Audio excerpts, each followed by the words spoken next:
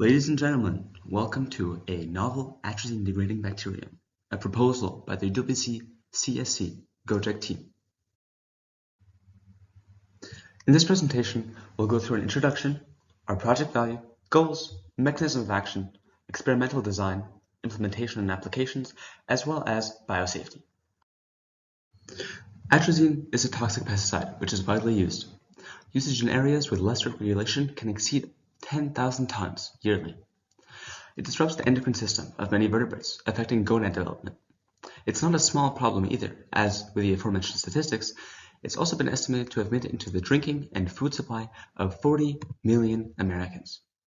This is, of course, disturbing news, considering how we now know how atrazine affects gonad development. There are bacteria which degrade atrazine.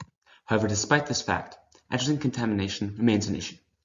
We will delve into why this is and how we can fix this in further slides. We must also note that for atrazine, synthetic degradation is tedious due to needing to go about this process manually instead of having it automated by bacteria. Moving right into the goals for our project, our main goal is to create a bioremediation-oriented solution to the vast amounts of atrazine in our water and soil. For this, we need to have the necessary background knowledge to pursue this grand goal. Now, background knowledge can be broken down into two parts. Firstly, we must investigate current issues facing atrazine biodegradation. These end up being that the bacteria which degrade atrazine have unstable expression of the enzymes responsible for atrazine breakdown. We must also research on other similar works done. This shows us possible solutions to this issue in different contexts. Now that we know them, we must also overcome these current issues with atrazine biodegradation. Now, in our case, this may be creating a plasmid containing the enzymes responsible for the degradation of atrazine, and then finding a suitable host to better express these genes, which in our case ends up being E.coli BL21 DE3. Finally, we must package it all into a product. Now, to do this, we must find a suitable container for the modified bacteria to ensure that they aren't just free roaming. In our case, hollow core polyelectrolyte coated tritazine alternate microcapsules proved a good solution. Then we must also immobilize the bacteria to reduce movement and further minimize risk of contamination in the local ecosystem. Through artificial matrices from synthetic polymers such as polyvinyl alcohol, this is possible. And next steps?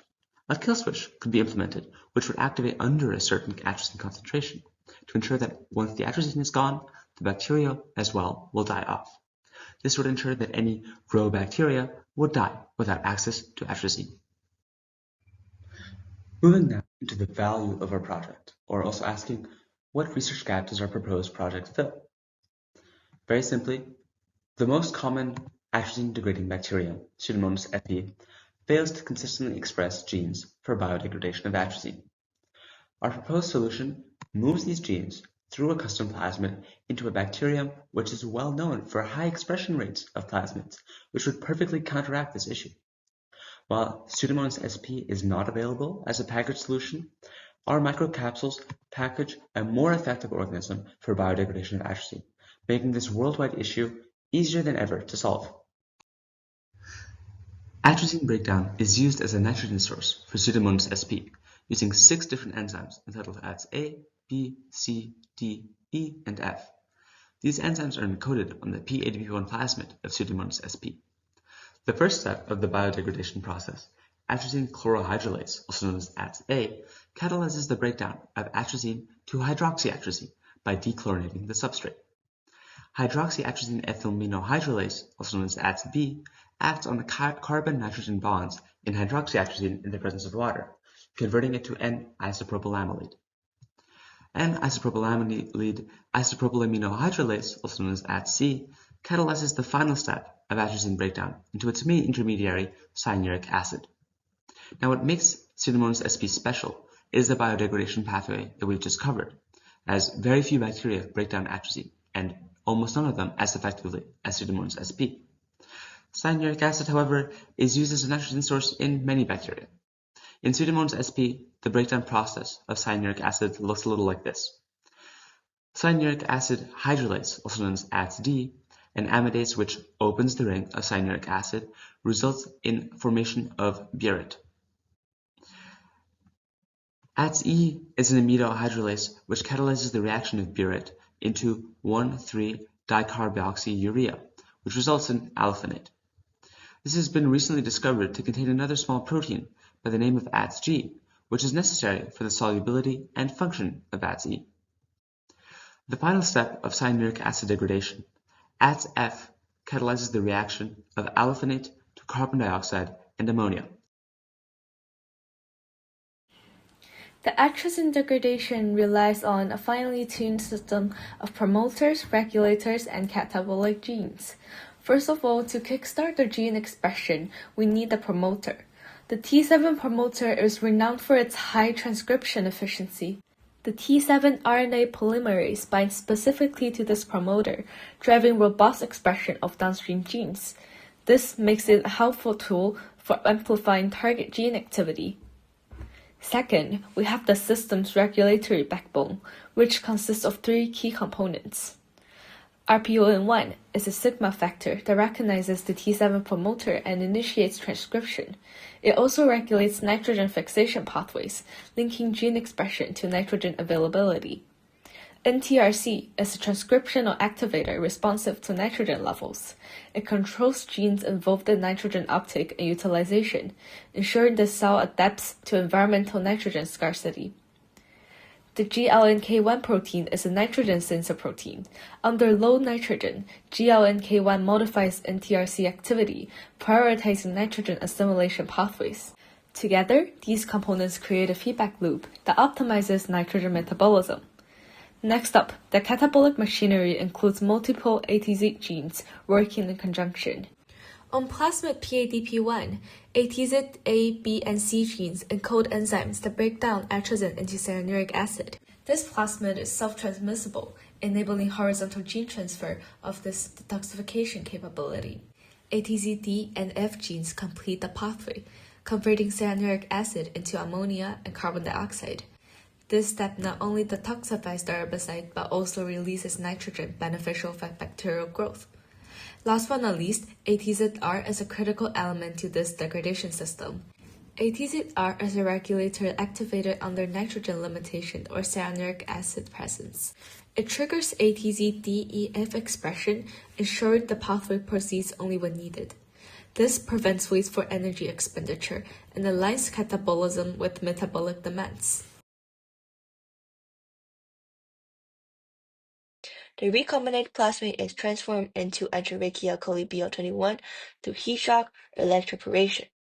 This strain is ideal due to its T7 RNA polymerase system, which ensures high level expression of ATZ genes, rapid replication rate, and a stable genome for precise genetic manipulation. Once transformed, the bacteria are cultured under optimized conditions. IPTG includes T7 RNA polymerase activity, maximizing the production of ATZ enzyme for atrazine degradation. This breakthrough combines science and safety, paving the way for effective atrazine remediation while protecting our ecosystems. The artificially edited E. coli can be implemented to be put into river checkpoints and can also be put into agricultural soil. To make sure the E. coli survives and functions in the nature, biocontainment should be specifically designed to protect the E. coli. HCP-CAM will be used to hold the bacteria. HCP-CAM is a permeable hydrogel shell which allows water, oxygen, and nutrients to pass through for E. coli to survive. The E. coli also needs to stay inside of the shell, not to be blown off by the water in river or by osmosis in the soil. So E. coli will be put into polyvinyl alcohol to be immobilized. It is a useful artificial matrix immobilizer. The product of metabolism in this E. coli is ammonia, so zeolite will be also added to absorb the additional ammonia in the shell. Zeolite is insoluble in water and can also be reused, so it can be put into water and doesn't need to be constantly renewed. However, variables like temperature, moisture cannot be easily controlled if the package is implemented into natural environment. More investigation need to be done to consummate the biocontainment design. And now we shall be going through the methods and materials that are part of the project. Firstly, going through the materials, we chose the E. coli BL21 strain of E. coli as the host organism for the insertion and expression of the atrazine degradation pathway. Highlighted as a prime choice due to the organism's availability of the T7 expression system, as well as its wide temperature growth range, which would allow for operability in both open and controlled systems, as well as easy promotion of the recombinant enzymes. Additionally, we chose the PET28 plasmid from the PET series of E. coli-based plasmids. A low-copy plasmid, it was opted for due to the large number of proteins which are part of the operon. Thus, emphasis is placed on ensuring that lower chances of replication-transcription conflict occurs. For the insertion of our target coding sequences, we aim to use the biobrick assembly method, in which we've selected 8 different cut sites to act as ligation points for our fragments. ATZ A, B, and C rely on constitutive expression, meaning that they can be produced independently, and this will result in the degradation of atrazine to cyanuric acid. However, D through to G relies on induced expression from the ATZR promoter site. This is reliant on an array of 3 genes, the GLNK1, NTRC1, and RPON1, which are responsible for the regulation, with GLNK and NTRC activated based on nitrogen levels within the environment. This allows for the further activation of ATZR, which is dependent on cyanuric acid levels within the environment. With the activation of ATZD through G being dependent on ATZR, we can see why it's very important for its inclusion within the plasmid. Moving into the method, we considered several key factors as important in its implementation, considering 2 main sections. First being the insertion and immediate conformation, and the second involving the long-term viability testing. To start with the first section, we begin with the primer design, in which primers were created for each of the sections important to the plasmid. So this includes ATZ A through G, GLNK1, NTRC, and RPON. And it includes the cut sites of NCO1, MRE1, HIND3, XHO1, NGOM4, AFL3, AVR2, and BMT1. With a proposed order of RPON1, NTRC, GLNK1, and ATZ ABC, followed by ATZR and ATZ D through G.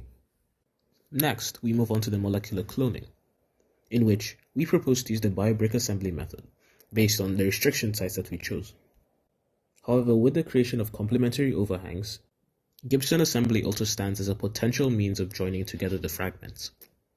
Cognizant of the limitations of the biobrick assembly method, such as the potential misalignments of the multiple cut sites, the sections of the plasmid will be fragmented, amplified via PCR, and subjected to Sanger sequencing or next-generation sequencing. Moreover, it shall be subjected to a run-through of the BLAST algorithm to ensure that there are no significant mutations to which the sequences may have experienced. Next is the plasmid transformation, in which we propose to use heat shock to include the plasmid within the E. coli BL21. Following this, we plan to incubate them within an LB solution at 37 degrees overnight, without kineamycin present to allow for recovery as well as the expression of the kineamycin resistance genes. Following this, the transformed cells shall be selected through the use of overnight culturing within a 30 microgram per ml solution of kineamycin. The selected cultures will then be cultured further with an LB solution containing the kineamycin at 37 degrees, shaken at 250 rpm for 6 hours to allow for further growth of the bacteria and the application of the inserted plasmids. Next, we move on to the long-term viability testing, in which we consider 4 key factors: the influence of time, specificity determination, concentration tests, and the influence of pH and temperature, in which we consider this as a very key point due to the potential use in not only controlled filtration systems, but also open systems as well, in which the robustness of the system will have to be put into strong consideration. Starting with the influence of time, long-term functionality and effectiveness of the operon shall be tested through controlled time intervals in vitro to determine the long-term reliability of the system. Secondly, to assess the specificity, we will determine the specificity through the use of common contaminants but that might also be present within the environment, such as other pesticides or natural nitrogenous compounds, This is to ensure that the activity is not influenced by untargeted substrates, and also are not degrading compounds that might be of crucial use or concern within the environment. Next, by testing concentration, we aim to test the effectiveness of the operon at degrading the atrazine when it is most necessary. For this, we consider using the test range of the detection limit at 0.03 nanograms per meters cubic to average concentrations post-application of the herbicide at 0.2 to 0.32 micrograms per meters cubic. Lastly, we intend to subject it to variable pH and temperature. This is considering the fact that the environments in which we intend to subject it to might also be susceptible to these changes as well. Thus, we intend to determine its sensitivity away from its optimum range. Biosafety. The system we're applying possesses little biosafety risk based on following adoptions. Microcapsules. Although the recombinant E. coli BL21 populations are contained in the package HCPCAM, the microcapsules that were used to encapsulate recombinant E. coli BL21 is an artificial permeable microcapsules, which can make the modified organisms stay within the compartment while the synthesized enzymes and their required elements can pass through. This material nature significantly lowers the risk of modified organisms being released into the environment. However, there are still risks of release when the microcapsules are broken. Multiple factors that could lead to the breakage of microcapsules are listed. First, mechanical stress. Any physical forces that are over tolerance might deform or break the HCPCAM, for instance, agitation, shear stress, and compression. Second, environment pH. HCPCAM would be weakened or broken as the pH level in the water environment would affect the charge interaction interlayers. Third, osmotic pressure. The tolerance to osmotic pressure of HCPCAM membrane depends on the elasticity of the multilayer polyelectrodes we made. If its elasticity is not flexible enough, the structure of HCPCAM might be kept or broken. Fourth, enzymatic degradation. Alginate yeast, a kind of enzyme naturally produced by many soil bacteria to degrade organic matters as food.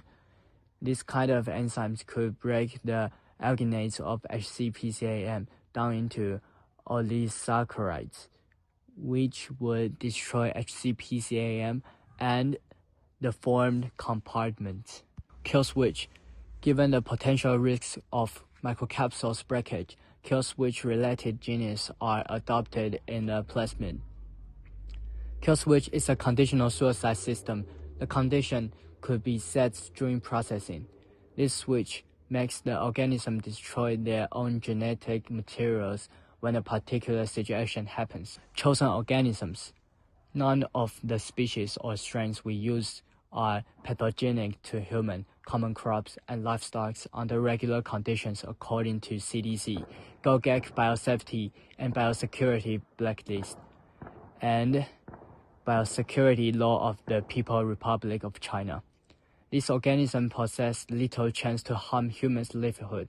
However, more research on potential pathogenicity to other species that are also vital to the ecosystem should be conducted before the system is practiced.